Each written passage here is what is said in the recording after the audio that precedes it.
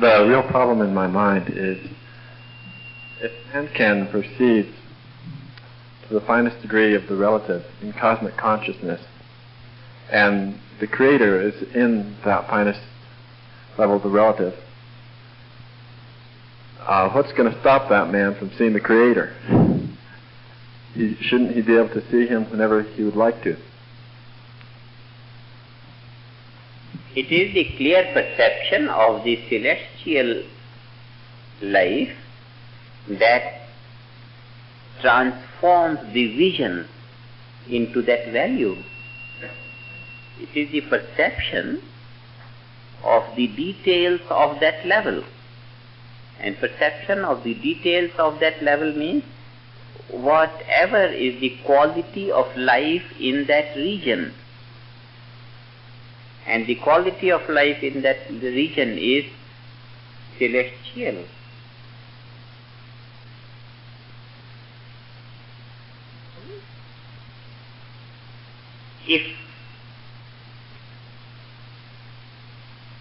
If we don't want to use the word God and celestial, even then we can explain that state of consciousness just by saying that the finest level of relative existence is most precious, most glorious, most fascinating. And therefore, the vision in the world becomes most fascinating as the vision through a golden glass, instead of a vision through the green glass. We don't have to go into God consciousness and celestial, which may take the modern physicist to some imaginary levels of mystical experience. Because when we say celestial, the physicist or the scientist say, oh, this is that old story of angels and gods and all that. This is unintelligent in the world of today, because we can't connect it with this. And then we avoid these words and say, yes, gross state of creation, subtle state of creation, subtlest, the finest relative creation. And as we go to the finer layers of experience, the experience is more charming, more fascinating, more laudable, more graceful, more better and better. Best type of experience, most fascinating, most charming in the finest level of creation.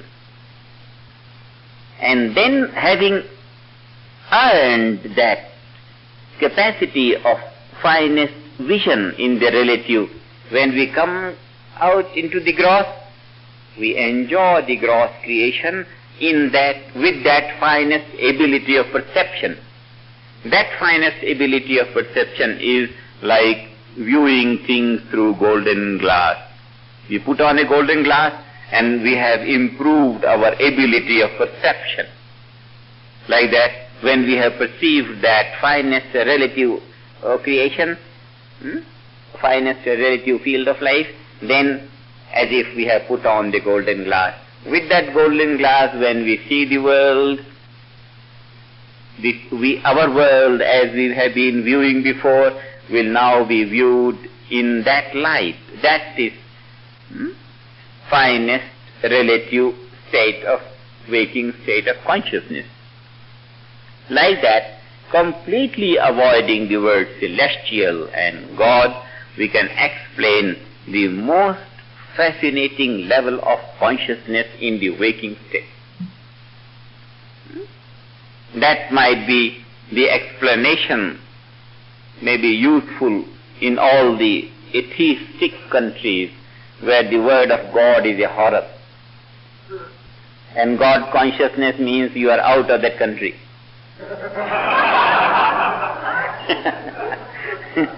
So, therefore, transcendental meditators can always have a very safe ground everywhere.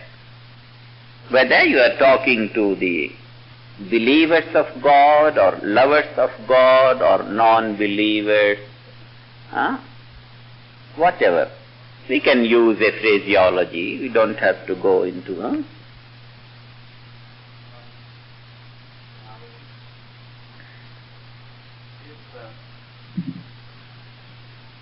If a man attains God consciousness and supreme knowledge in this life, frame the sentence that when all men will gain God consciousness, not if a man gains, but when all men will gain God consciousness. Soon, within a few years, then what is going to happen? Then after we have attained God consciousness and the supreme knowledge, the span of our life is limited. So the enjoyment which we experience in that state is limited to the lifespan of this machinery of experience. And it is difficult to imagine that when the machinery ceases, that the enjoyment which is based on the functioning of this machinery should continue, because in the absolute there is no relative. Now, right. It might be even more charming to someone to aim at, instead of experiencing the world of man on the celestial level, to go to the celestial level and live there 1,000,000 years in the company of God.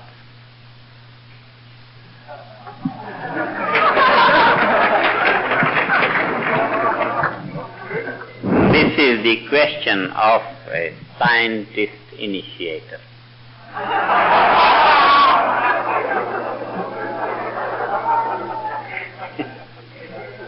This is the value of this age. We are not satisfied by sometime enjoyment of God consciousness. What we want is, if possible, all-time enjoyment of God consciousness. This leads me to clarify one more point, and it's very beautiful. It's very beautiful. Now, what happens is, the transformation from God consciousness to cosmic consciousness. We have just now discussed that the God consciousness is this experience of the celestial along with the experience of the pure consciousness, celestial and pure. Living God consciousness for some time, as we have already discussed, the borderline of the two becomes clearer. I said, the mechanics of nature, which are responsible for the difference between the absolute and the celestial, become clear. With that clarity of nature between the two, what dawns to our mind? This long-lived celestial is nothing but this eternal absolute. This is unity. That experiencing these two levels for some time, when these two levels become a living reality in God consciousness, and we have been living them for some time, then it becomes clear that this level and this level, they are not two different levels. In reality, open to that fine perception, this is this.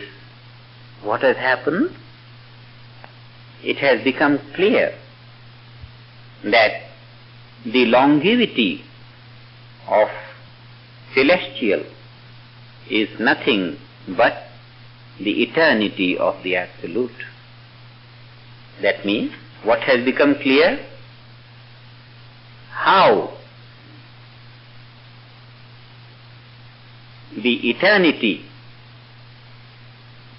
is found in the state of longevity, and how longevity is nothing but eternity. One is nothing but the other. This reveals to the intellect the mechanics of nature which are responsible to transform longevity into eternity. A long-lived span of life into immortality. There is that secret of gaining immortality even on the physical level. The whole mechanics become clear. Just as in the chemical action.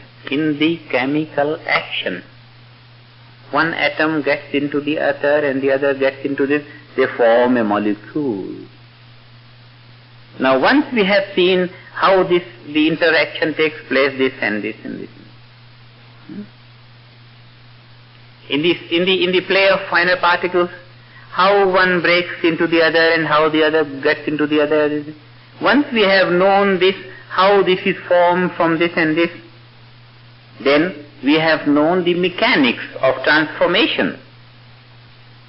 And this mechanics of transformation is not only known on the theoretical level of understanding, but it becomes a living reality. The entire mechanics, how the longevity is transformed into eternity, how the eternity is seen as the longevity, how the Absolute is seen as the relative, and the relative is nothing but the Absolute. Once the relative is nothing but the Absolute means the transformation of the relative into the Absolute, the mechanics become clear. And with this mechanics, it becomes possible to retain the body as long as we want.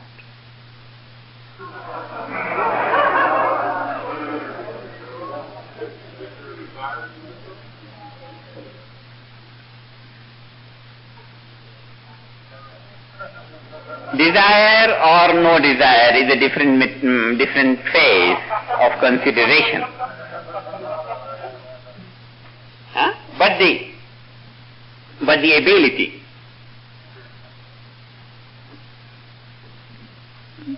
the ability. When we know how the sap is transformed into the petal, and when this becomes a living reality, this or that or this could be transformed into that could be transformed into this, doesn't matter. Because then the whole mechanics is a vivid, clear expression on the level of living. And there on that level, immortality could be cherished. Even with the human body, we don't have to go to the angels. We don't have to go to the angels to have because whether this earthly body or the angelic body may be a difference of million years, but after million years it's going to extinguish. Maybe after 100 years this is going to die. And then maybe if we take the angelic body, it will last for million years. But then what will happen after a million years? The story about this is, the truth about this is, that this in this form could be maintained forever. Could be maintained forever. Who would desire for it?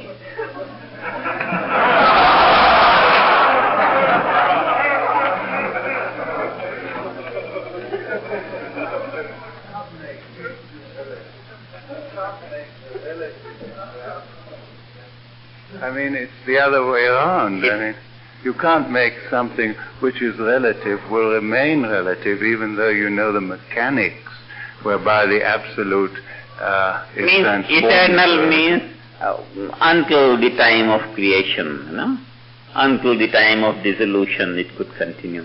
Well, that would mean... The objection is when the state of unity is not on the level of living, then how this transformation is possible? But the answer is that once the mechanics become clear, they could be used. When the mechanics become clear, they could be used. Now, even now, the body has been changing. Body of the boy and the youth and the old and this and this. Doctors say, I don't know what it is, in about 7 years the whole thing changes, no? Is that something like that? In about 7 years every cell changes and the whole thing is renewed. That means the eternity could be maintained with all the change. Every 7 years change continues, and it could continue till the time of dissolution comes. So the change will not stop. Absolute doesn't mean that the change will stop, but now there is some little thing, no? That means the relative will remain relative and change will continue in the relative, but through continuous change it could continue till eternity. Not that the changing relative body will just freeze into non-changing absolute, but in its changing character it could continue to keep on change, and in that sense it could continue till eternity.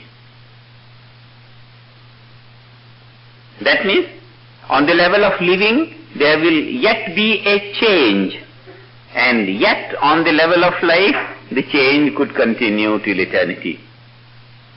That much a little bit, it could be possible.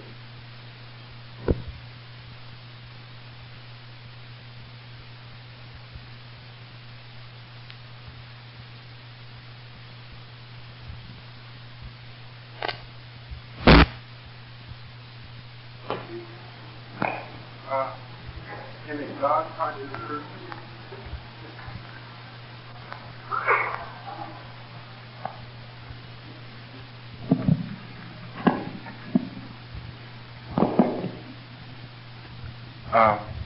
can a God-conscious person beget children, or does he become like a roasted peanut, unable to germinate?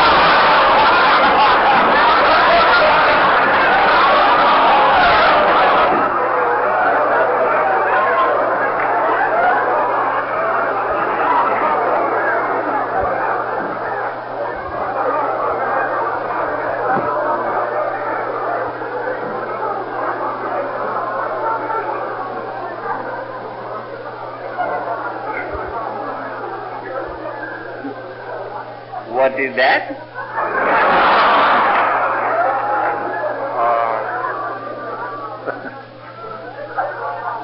Unable to germinate.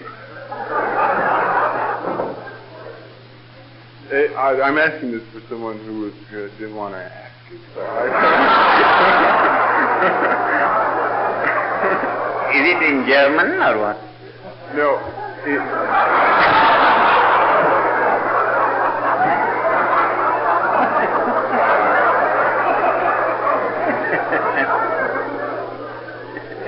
Can a God-conscious person beget children and have children, or does he become like a roasted peanut, unable to germinate?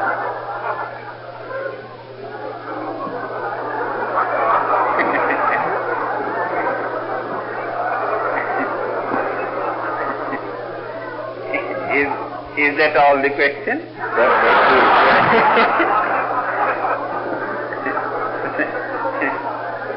Something more to it? No, that's all she wrote.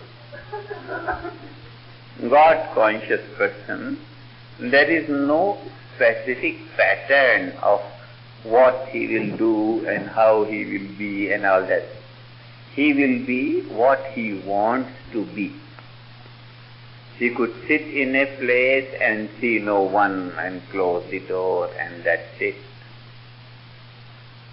Or he could go around and be a businessman and fly in the jets or do whatever he wants to do. Only that whatever he wants to do, he'll be able to do more easily.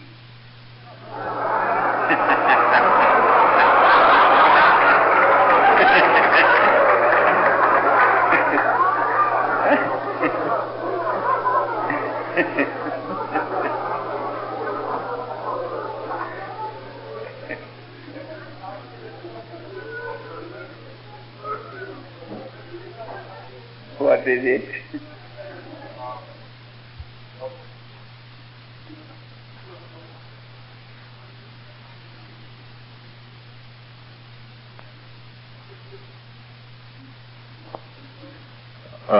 I've been very worried about something.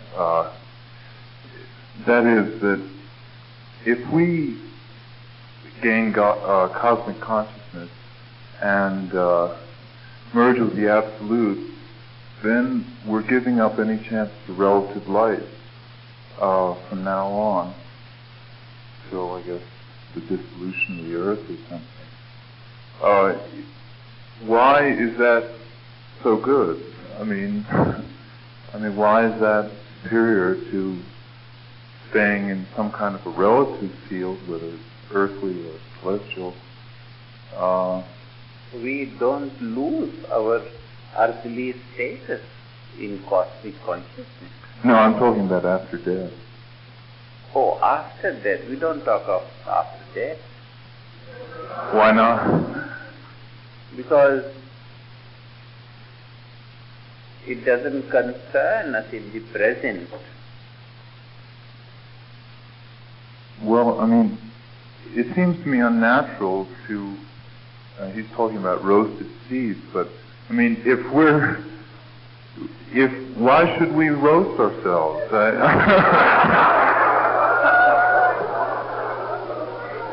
Isn't that unnatural in some way? Trees don't do it.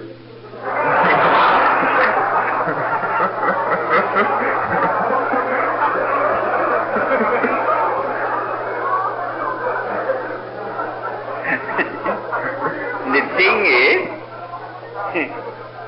we don't roast ourselves.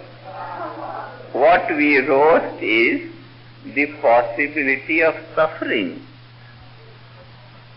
We roast our stress and strain and anxieties and suffering. We remain intact, unroasted. What is roasted is the seed of suffering. Suffering is roasted, is rooted out, and then we remain permanently in happy mood. Bliss consciousness means permanent happy mood. So it's better to live in permanent happy mood. Is it not? I don't know. It's better. It's better to live in permanent state of happy mood rather than sometimes unhappy and sometimes worried. No, it's not good. Was this the purpose of the creation, was to make us dissolve back into the Absolute someday anyway? Dissolve, when we say dissolve back to Absolute, then we mean extinction. But the same meaning can be expressed in the word that we live in bliss consciousness, permanent happy mood. Living in bliss consciousness means dissolving back into the absolute. But the expression is a little bit more misleading on the surface. It means that, so what we do in cosmic consciousness is create a state so that bliss consciousness will be permanently and naturally lived. Naturally and permanently. Bliss consciousness, and that is very good to have a happy mood all the time. Well, how can it be natural if it's not found in nature? I mean, we're really doing a lot of work. It is found in nature. Bliss consciousness is found within us, in our own nature. Our own inner nature is bliss consciousness. That's why we say it's very natural. But the union between the two isn't natural. Union between the two is also natural, because we have experienced in meditation without doing, just naturally the mind goes and transcends and be it. So even the process of union, the method which brings about the union of the two is natural. It is very natural.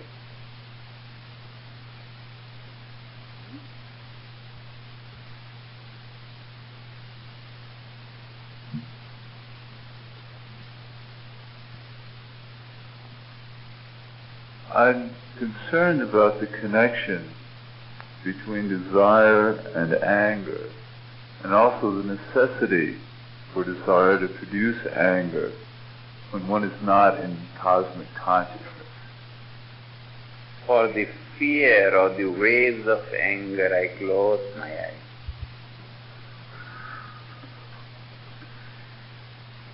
One question has to do with why doesn't the flow of desire in the mantra encounter another flow which would collide with it and produce anger? And on the other hand, why don't we just naturally compute our flows of desires and other things so that there are never any collisions in the first place? We could close our eyes and meditate. We'll take these questions tomorrow, otherwise you will be late for your... We'll meditate for a few minutes before going.